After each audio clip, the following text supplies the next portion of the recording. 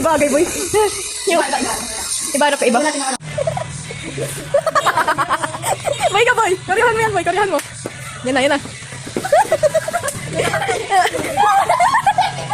Ayan o. Pang ano yan eh. Okay. Oh. Hindi, gawan niya ng koryo yan. Ayan na, yan na.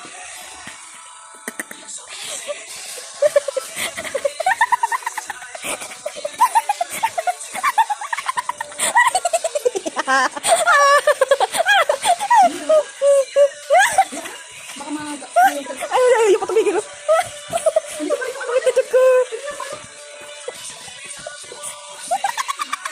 Even if we try.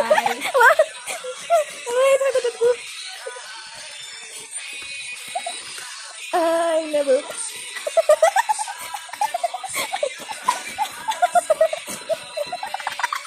Seryoso pa pala talaga kayo.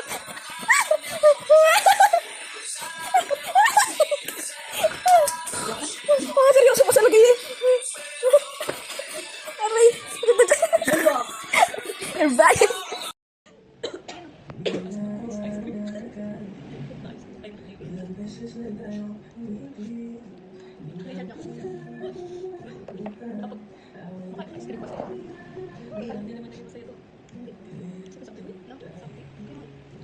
Pwede bang mag-time-travel? Kaya ako pa siya lang. Mga lang daw, hindi naman ganyan yun, di ba? Okay, pero duwag tayo naman. Kaya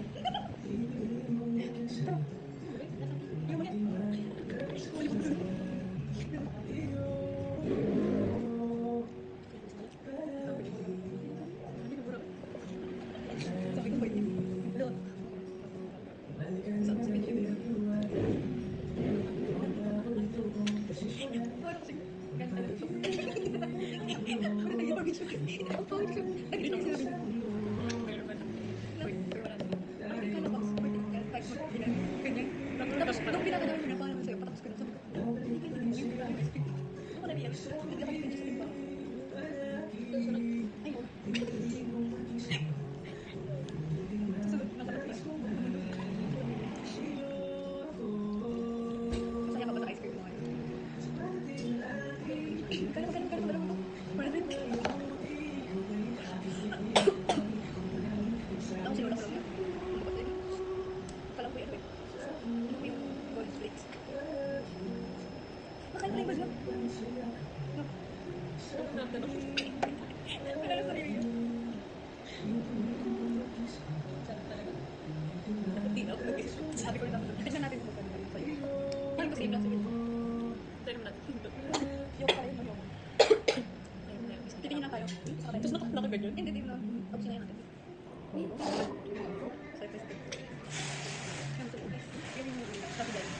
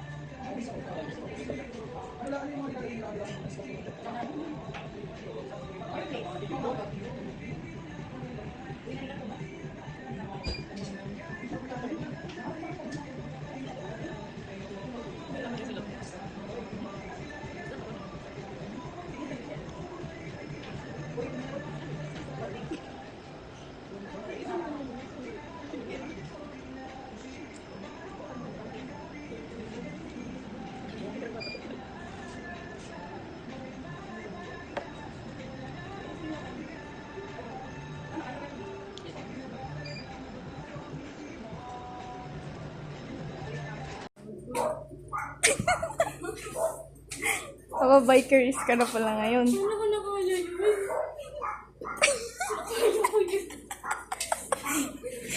Nagpaalam ka? Hindi. Ah! Murit ka! Sarap. Tampo na siya. Tampo na siya. Oh. Oh. Ah. Boy, hindi ka man lang sumasagot, boy. Wala man yata sila. Sira ulo. Sabi mo, boy. Boy, ba't mo kami pinapatay, boy? Hindi mo alam, masakit dito yung boy. Pose. Pose. Sabi mo, Bri? Sakit mo, boy. Hindi mo kami sinasagot, boy.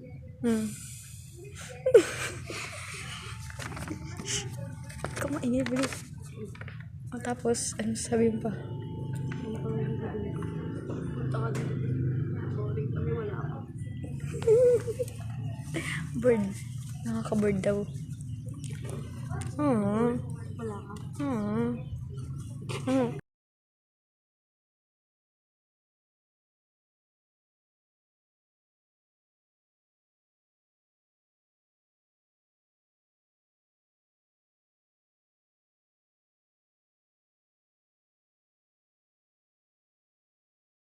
Magbulsa ka ng bato bago umuwi upang hindi ka mapagalitan.